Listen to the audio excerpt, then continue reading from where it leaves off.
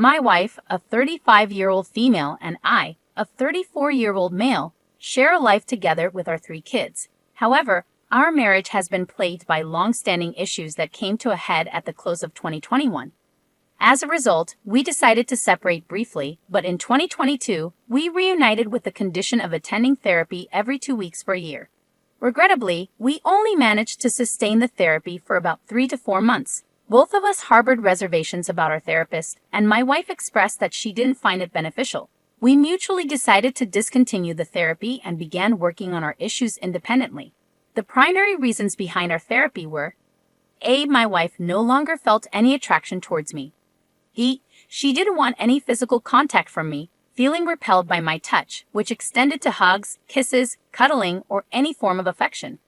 C. She expressed a desire to explore her sexuality with other people, either men or women. We had been together since our early teens and had only ever been with each other. She also wished for solitude, believing she would find happiness on her own. Initially, things seemed to improve, but recently, I stumbled upon an old confession she had written 18 years ago.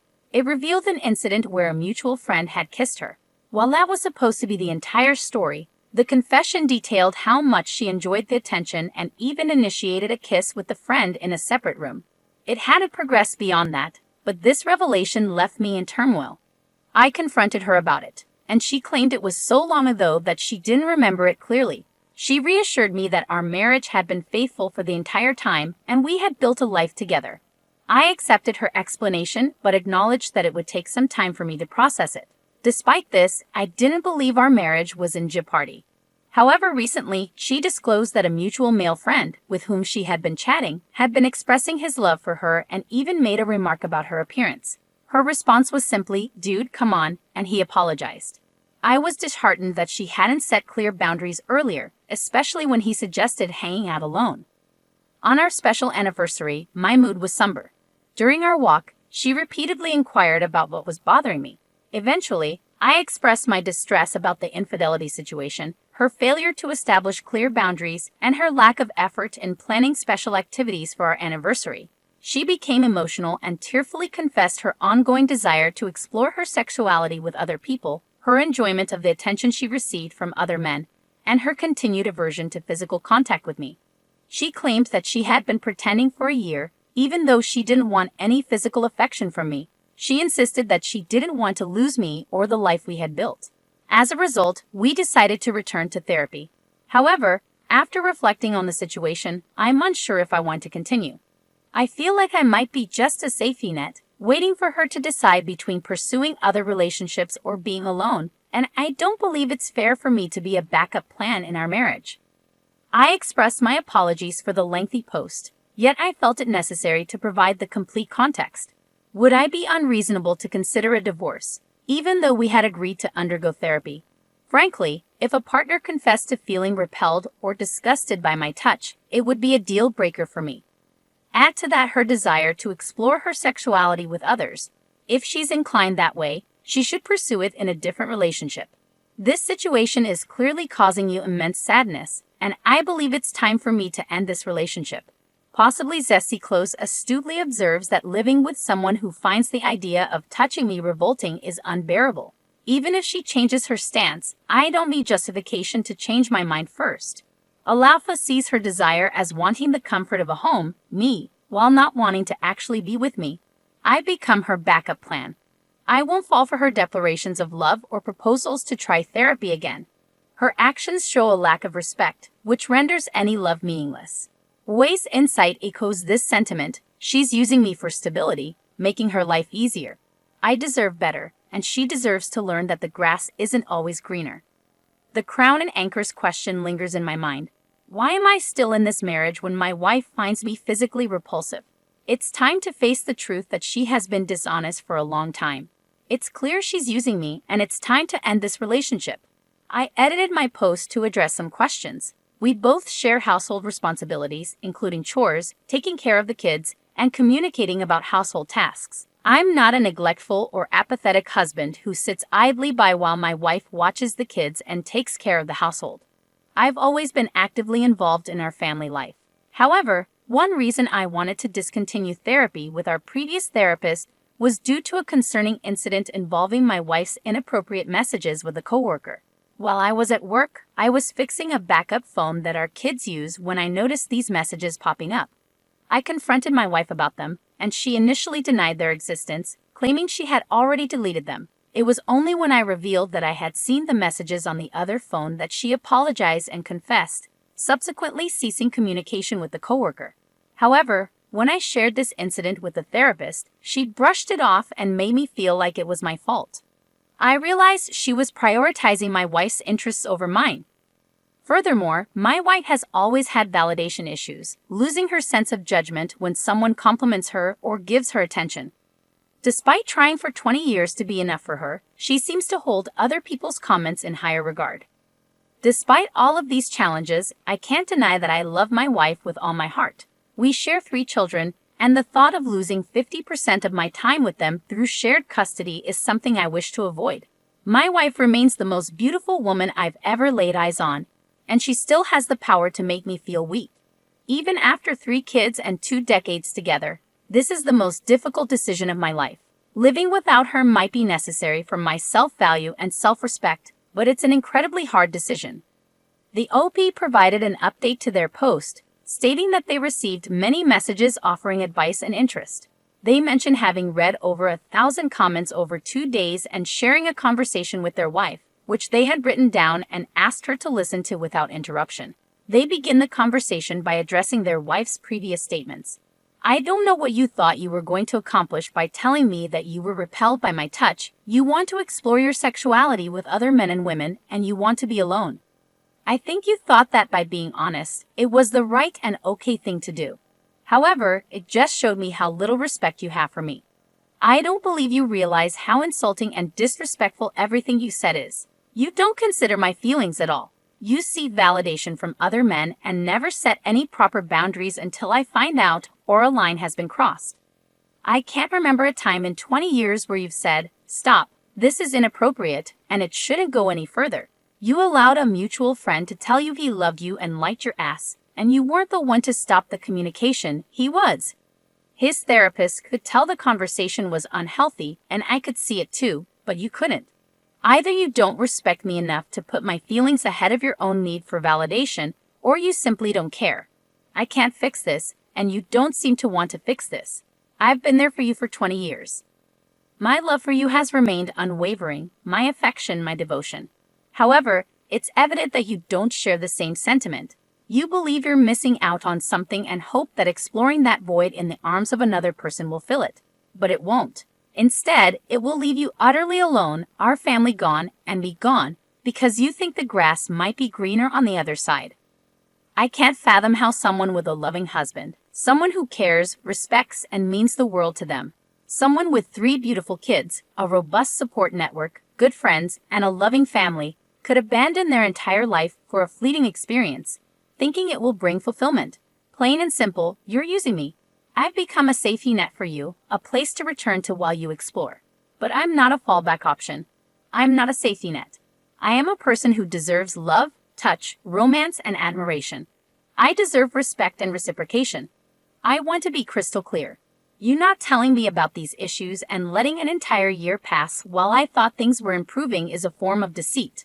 I'll be attending therapy by myself to understand why I've allowed such abuse and neglect from the person who was supposed to guard and protect me, the one I thought I'd share my life with forever. I'm not asking for a divorce right now, but things need to change. You must attend therapy by yourself. After 6 months of both of us being in therapy, we can consider couples therapy. During this time, you need to stop seeking validation from other men. I don't want to police your conversations, but daily interactions with single men are inappropriate until you can clearly define and enforce boundaries. If these boundaries are broken, you'll have to win me back. Woo me, make me fall in love with you again. I expect romance dates and affection in our daily lives. Rejecting romance because you don't like it and deciding that I don't deserve it is incredibly selfish. I won't accept an open marriage under any circumstances. Monogamy shouldn't be too much to ask. If it is a deal breaker for you, then we can divorce and you can pursue other relationships. I understand that my demands may seem firm, but I'm standing up for myself and what I deserve. I refuse to settle for just enough any longer. If anything I've expressed here leads you to decide it's time to end our relationship, we can move forward with a separation and initiate divorce proceedings. We'll sell the house and reach a mutual 50-50 custody agreement for our children. I want to emphasize that I have never and will never use our children to hurt you, and I am committed to co-parenting with you to the best of my abilities. Despite the stark tone of my words, I want to reiterate that I love you with all my heart and still wish to spend my entire life with you, watching our children grow up together. However, I can no longer accept being an afterthought or playing second fiddle to an imaginary life you might want to pursue. Opie then provides an update, mentioning that one of the recurring things his wife has said in their conversations is her concern about not being enough for him. She feels unsure if she can meet his expectations of what a good, loving wife should be. This time, he reverses the statement, explaining that he knows he's not enough for her. They've had a conversation, and she has agreed to attend therapy as they work on their relationship. While Opie acknowledges that many, if not all, may think he should immediately pursue a divorce, he emphasizes his commitment to giving it his absolute all after 20 years of their relationship. He's unsure whether this effort will lead to a successful outcome, but expresses gratitude to everyone for helping him find the strength to stand up for himself. The update leaves him feeling somewhat flat. The commentator expresses their understanding of Opie's desire to try to salvage the relationship after 20 years, even though they personally find it challenging to believe that much will change. The trust has eroded due to the revelation of feeling repelled by his touch, secretive texting with coworkers, seeking validation from other men, and wanting to explore her sexuality outside the relationship. The trust was lost early on for the commentator, and they would have chosen to leave. They conclude by asking the audience for their thoughts on the situation. Let's move on to another story. Our next one comes from a suggestion on Twitter from Oreo. Thanks for the suggestion. This story is from Skoda1981, who writes, "Just overheard my husband declaring his love to someone else. I'm sitting on my couch, 10 minutes away from my 60th birthday today. My husband and I have been married for 35 years. We were at the doctor's office, as he's undergoing tests due to suspected cancer, making it an emotional day. He's currently on the porch, and I overheard him talking. Wondering who he was speaking to since no one else is here, except his dad in the bedroom, I decided to listen in. I heard him say things like, 'I love you more than anything. You're my soulmate, but we can't start our life together until I know if I have cancer, or not, because I don't want to burden you with that.' He even mentioned his biopsy appointment and expressed how much he loved this person. He has never declared his undying love to me or referred to me as his soulmate. I was initially confused, but then it hit me. We currently take care of his 87-year-old dad, who lives with us. We have grown kids, some living nearby and others far away. I'm perplexed about how he plans to start his new life. Will he take his dad with him? Does he intend for me to leave? We have plans for trips and other things, and my head is spinning. I'm not entirely shocked though. 10 years ago, I stumbled upon his adult friend Finder profile. I created my own profile and started conversing with him, and he was making plans with me, not knowing it was me. I confronted him, and after some effort, we worked things out. A few months ago, I saw his Kindle with a webcam on, connected to the Adult Friend Finder website. I chose not to confront him then, as I didn't have the energy for another confrontation. So I'm here now, contemplating what to do. Do I stay quiet and watch the lies and deceit unfold? Or do I go to the bedroom where he's sleeping and confront him about this life-changing situation? I'm the kind of person who avoids rocking the boat, and I prefer to remain unnoticed. Every man in my life has let me down, from my abusive, alcoholic father to every boyfriend before my first husband and now my current husband. The only man who hasn't hurt me is my son. Right now, it's too early to call my kids, family, or friends. I need to process this and decide how to proceed." One of the top comments on this post offers 3 choices, stating, "As far as I see it, you have 3 choices. First, the path of logic. Quietly consult a divorce lawyer and figure out what you need to do to protect yourself financially if he leaves. Make sure you have your own bank account and start keeping records of your income and expenses if you haven't already done so.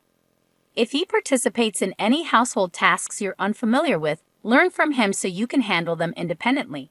Get your affairs in order and plan your next steps in life. The emotional route involves storming into the bedroom, demanding to know who the woman is, insisting on seeing his phone, displaying your passion, reminding him of your contributions to the relationship, demanding he ends the affair, and attending marital counseling. You could make him sleep on the couch or ask him to leave altogether, ensuring he faces the consequences of his actions. The aim is to shake things up, offering a chance for reconciliation. However, bear in mind he might not want to reconcile, which could lead to a quick divorce or him becoming more adept at concealing his affair, maintaining the status quo. Another passive approach involves doing nothing, pretending you didn't hear anything, carrying on as normal, and hoping he won't blindside you with a divorce. Alternatively, you could simply accept whatever fate awaits, adopting an extremely passive stance due to the emotional strain. Raven responds, suggesting another option: leave, then consult a lawyer. Cade proposes a more assertive approach, advising you to relinquish all the responsibilities he placed on you, stop caring for his elderly father, divide the bank accounts, and serve him with divorce papers immediately.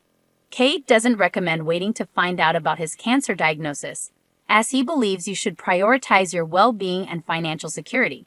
Hio echoes a similar sentiment, pointing out the double standard in his behavior. If he has cancer, he's willing to burden you with his illness, but if he's healthy, he'll abandon you for someone else.